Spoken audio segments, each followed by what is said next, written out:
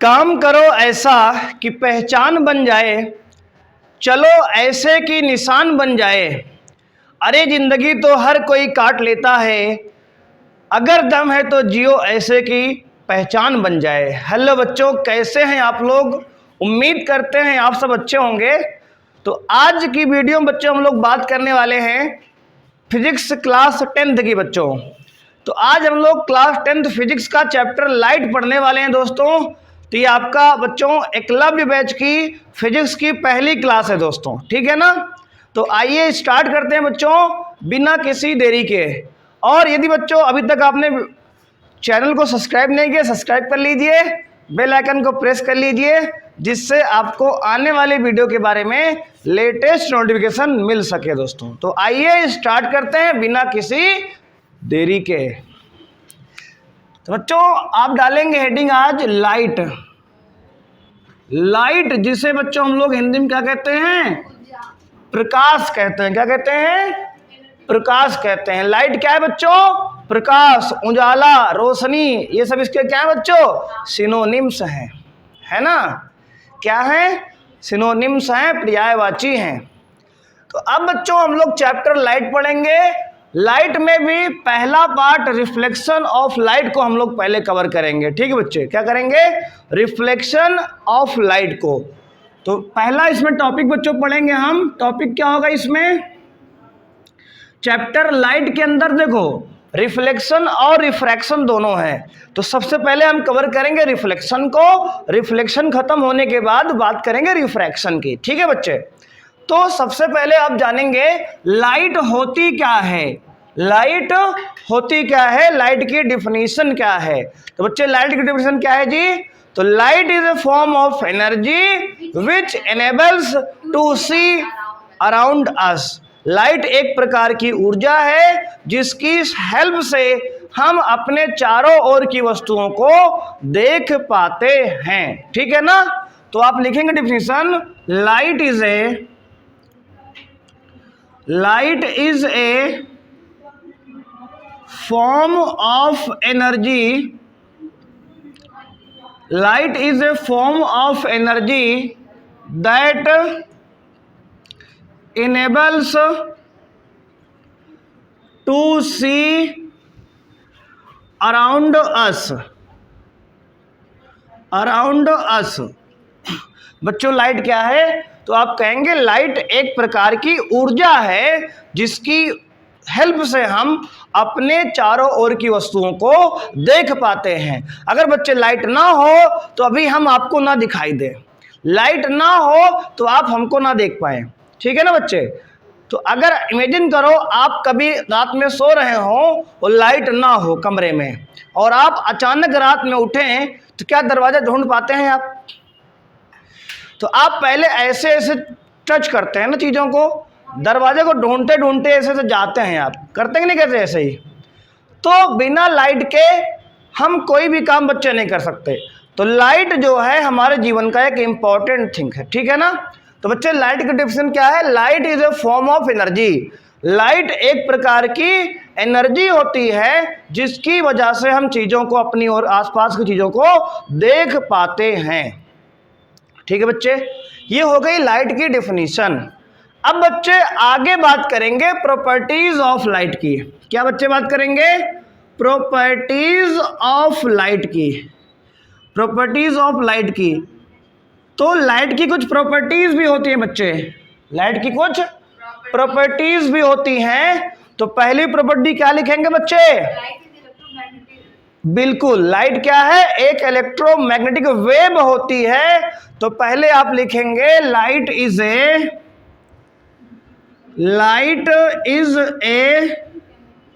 Electromagnetic wave. Electromagnetic wave बच्चे। तो पहली प्रॉपर्टी आपकी है बच्चे कि लाइट क्या होती है? एक इलेक्ट्रोमैग्नेटिक वेव होती है, यानी कि विद्युत चुंबकीय तरंग है हिंदी में अगर हम कहें तो। ये आपको बच्चों इसका मतलब ये होता है इसमें इलेक्ट्रिक फील्ड होती है और मैग्नेटिक फील्ड होती है, ठीक है ना। क्या होता है बच्चे? इलेक्ट्रिक फील्ड और मैग्नेटिक फील्ड। इसके आगे आपको क्लास 11th में 12th में बताया जाएगा बच्चे, कब? इंटर में ना। आपको क्लास 12th में आगे डिटेल में इलेक्ट्रोमैग्नेटिक के बारे में पढ़ाया जाएगा। अभी तक के लिए आप इतना जानिए कि लाइट क्या होती है, एक इलेक्ट्रोमैग्नेटिक वेव होती है मेरे बच्चे। अब देखिए दूसरा पॉइंट। अब बच्चे बात करेंगे सेकंड प्रॉपर्टी। तो सेकंड प्रॉपर्टी क्या होती है बच्चे? बिल्कुल बच्चे, तो क्या होती है? लाइट ऑलवेज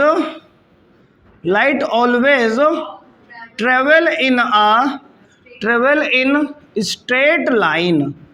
बच्चे लाइट क्या होती है? ऑलवेज स्ट्रेट लाइन में ट्रेवल करती है। लाइट हमेशा सीधी रेखा में चलती है।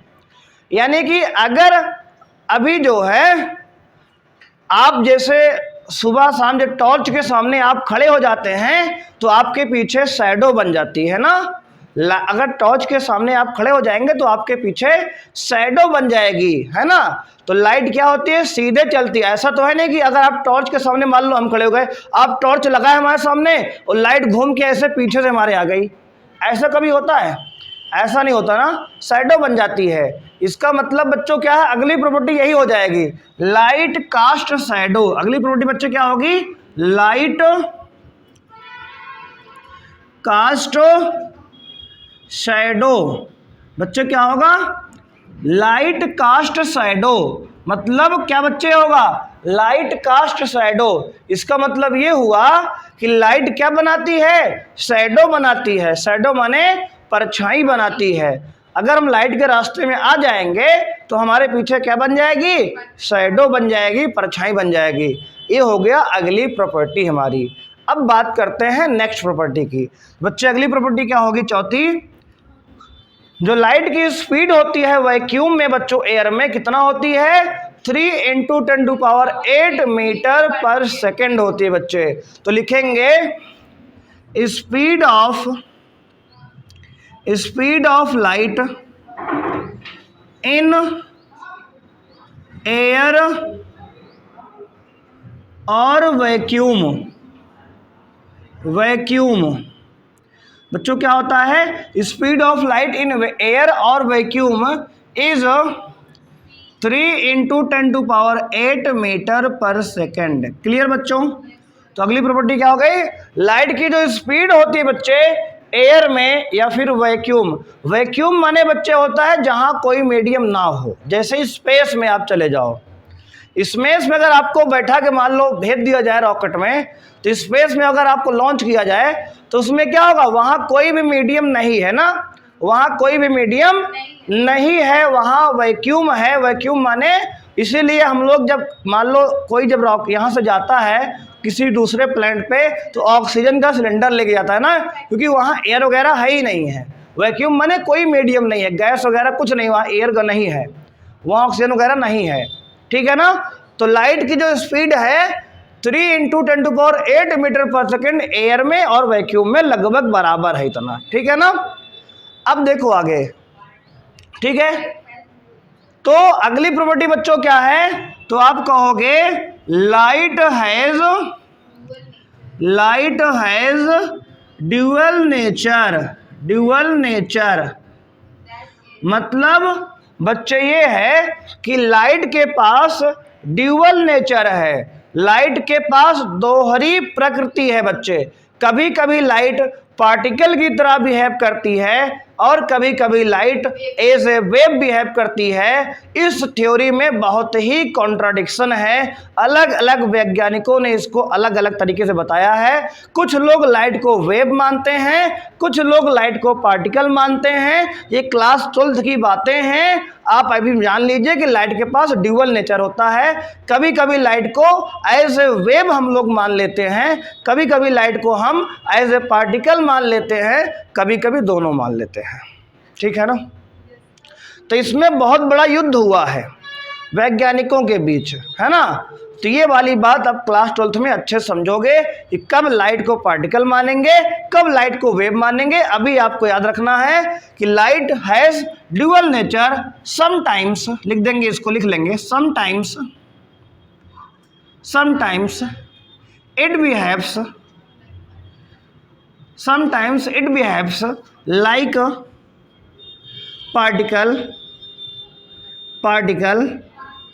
and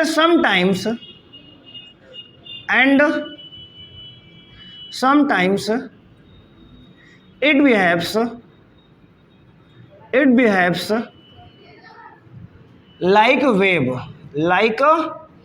wave बच्चे। तो याद रखेंगे, कभी कभी लाइट पार्टिकल जैसा बिहेव करती है और कभी कभी लाइट जो है वेव जैसा बिहेव करती है। लाइट के पास ड्यूअल नेचर है, दोहरी प्रकृति है ना। ठीक है, इतना आप अच्छे से नोट कर लो, पहले इतना नोट कर लो, फिर आगे पढ़ते हैं हम लोग रिफ्लेक्शन ऑफ लाइट। क्या पढ़ते हैं? Reflection of light. ठीक है ना, इतना नोट कर लो पहले आप। तो आइए बच्चों पढ़ते हैं। अब इसके बाद आपने बच्चों देखा अभी तक लाइट क्या होती है, प्रॉपर्टीज ऑफ लाइट क्या है। अब हम बात करेंगे बच्चों रिफ्लेक्शन ऑफ लाइट की। ठीक है, क्या बात करेंगे? रिफ्लेक्शन ऑफ लाइट की। रिफ्लेक्शन ऑफ लाइट, प्रकाश का परावर्तन क्या होता है बच्चों? रिफ्लेक्शन ऑफ लाइट क्या होता है? तो आप क्या लिखेंगे इसमें? The bouncing back of light when it strikes on A shiny polished surface. ठीक है, ठीक है बच्चों, बिल्कुल बोल रहे हो आप। तो क्या लिखोगे? The bouncing back of light, the bouncing back of light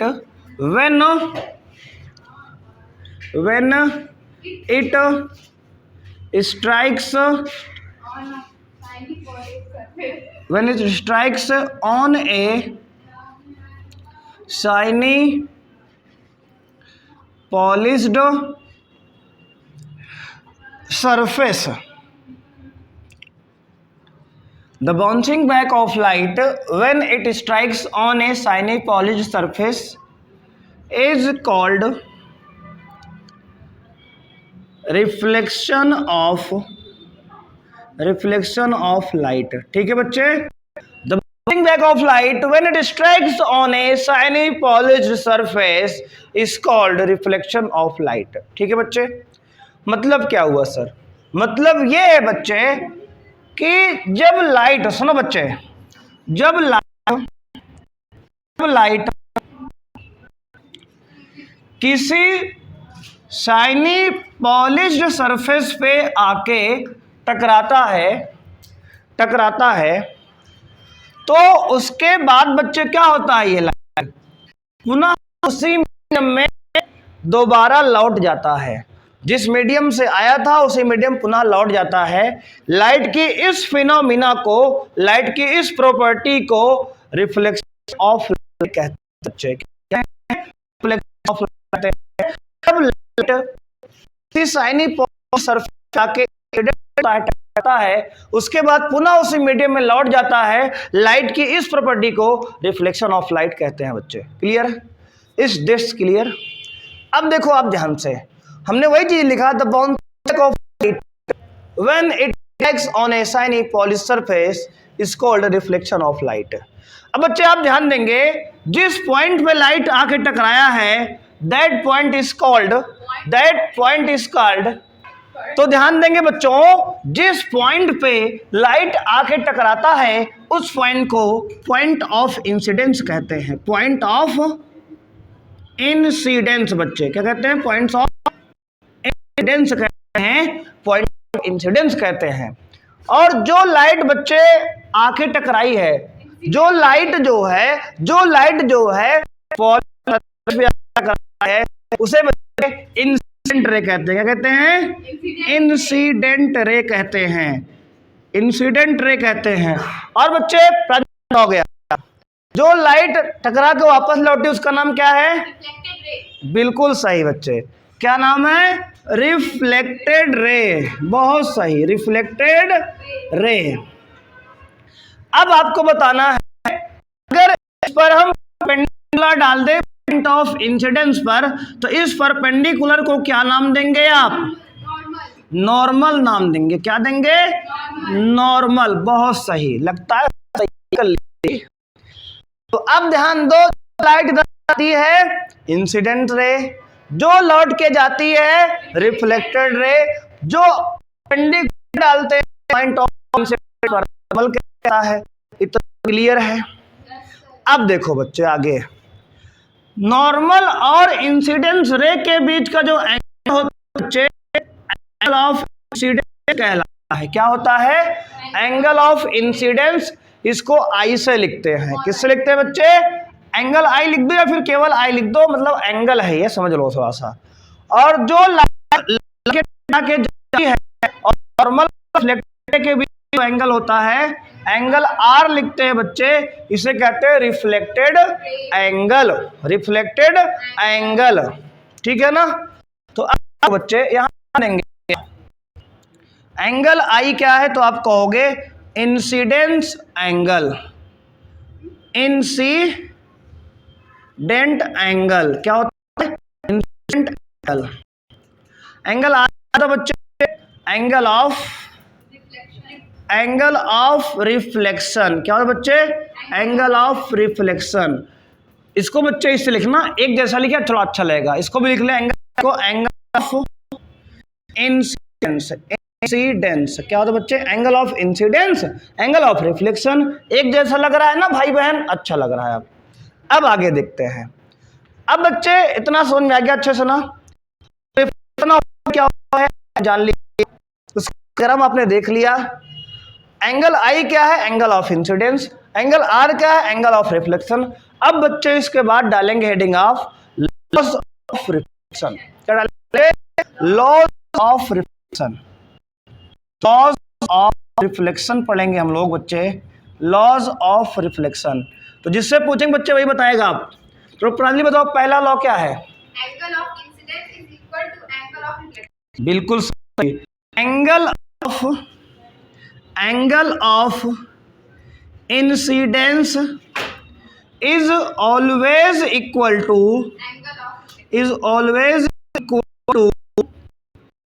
angle of reflection. बहुत सही, ऐसे ही याद करते रहो, है ना?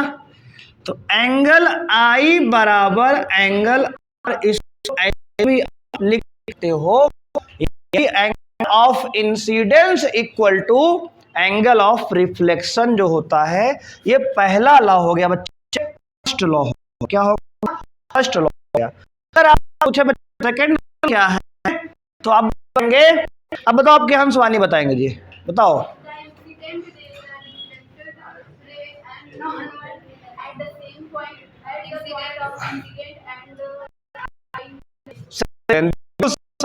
क्या लिखेंगे आप? Incident ray. क्या लिखेंगे? Incident ray comma reflected ray and normal. बच्चे क्या? Incident ray, reflected ray, normal. At point of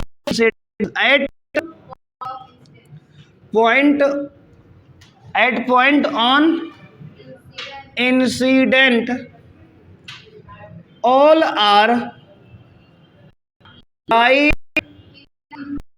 on same plane। Same plane, बिल्कुल सब लोग कर लिए।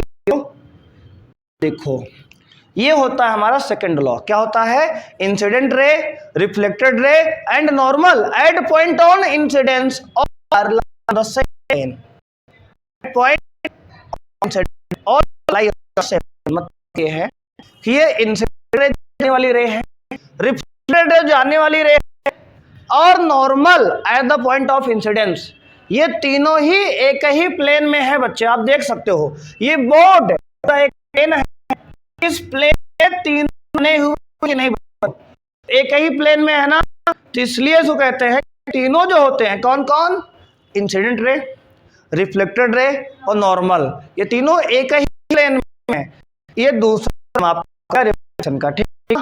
इसको अच्छे एक बार कर लो, फिर आगे बढ़ते हैं हम लोग। तो आइए बच्चों आगे बात करते हैं इमेज की। तो डालेंगे हेडिंग आप, इमेज क्या होता है। तो इमेज क्या होता है बच्चों, डालेंगे तो लिखेंगे it is pointer, it is a pointer where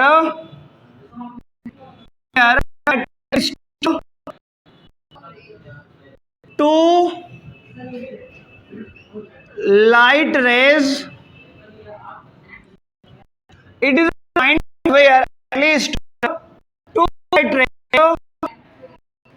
meet, actually meet ना, actually meet और अथवा appear to meet, appear to meet आपका इमेज होता है। बच्चे ध्यान देंगे, इट इज पॉइंट, यह एक ऐसा पॉइंट है, यह एक ऐसा बिंदु है where two light is actually meet और अपीयर टू मीट।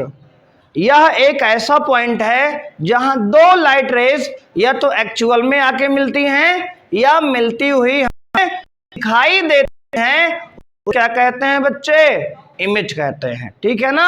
इमेज बच्चे दो प्रकार का होता है। कितने प्रकार का, दो प्रकार का होता है। रियल इमेज क्या होता है, रियल इमेज, और दूसरा होता है वर्चुअल इमेज। बिल्कुल सही, क्या है, वर्चुअल इमेज। तो आप ध्यान देंगे बच्चे, अब दो टाइप के इमेज हैं, एक रियल इमेज होता है, एक वर्चुअल इमेज होता है। अब बताइए रियल इमेज क्या होता है। तो आप कहेंगे पहला पॉइंट, रियल इमेज क्या होता है, एक ऐसा इमेज जो ऑब्टेन किया जाता है, स्क्रीन ऑब्टेन किया जाता है ना। तो रियल इमेज कब बनता है, रियल इमेज तब बनता है जब दो लाइट रेज एक्चुअली मीट करती है। लिखेंगे formed, it is formed when two light rays actually meet। बच्चे ध्यान देंगे, formed when two light rays actually meet। तो रियल इमेज बनेगा जब दो लाइट रेज एक्चुअल में मीट करेंगी, तो वहां क्या बनेगा, रियल बनेगा। अब वर्चुअल लिखेंगे, वर्चुअल में पॉइंट लेंगे when two light rays appear to meet,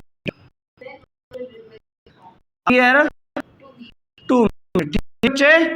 जब दो लाइट रेज मिलती हुई हमें दिखाई दें, जब दो लाइट रेज मिलती हुई दिखाई देंगे तो कैसा इमेज बनेगा, वर्चुअल इमेज बनता है। अगला पॉइंट देखिए, रियल इमेज को स्क्रीन पे ऑब्टेन किया जाता है। तो लिखेंगे can be obtained on screen, obtained on screen. तो रियल इमेज का होता है, स्क्रीन पर ऑब्टेन्ड होता है। इसमें लिखेंगे can not obtained on screen, obtained on screen। तो आप ध्यान, रियल इमेज जो होता है स्क्रीन पे ऑब्टेन होता है, वर्चुअल इमेज स्क्रीन पे ऑब्टेन्ड नहीं होता है बच्चे। अब ये जो रियल इमेज होता है ऑलवेज इन्वर्टेड होता है। क्या होता है, ऑलवेज इन्वर्टेड होता है। ऑलवेज क्या होता है, इन्वर्टेड। इन्वर्टेड मेरे बच्चे होता है उल्टा, तो होता है उल्टा होता है। और बच्चे वर्चुअल इमेज क्या होता है, ऑलवेज इरेक्ट होता है। कैसा होता है, इरेक्ट, सीधा होता है। वर्चुअल इमेज कैसा होता है, तो आप कहेंगे सीधा होता है। ठीक है ना। अब इसका एग्जाम्पल बच्चे रियल का लिखेंगे, रियल का एग्जाम्पल लिखेंगे image formed on cinema screen. Image formed on cinema screen, ऐसा इमेज जो सिनेमा स्क्रीन पर ऑब्टेन होता है उसे क्या कहते हैं? रील कहते हैं। और इसका एग्जाम्पल क्या होगा बच्चे?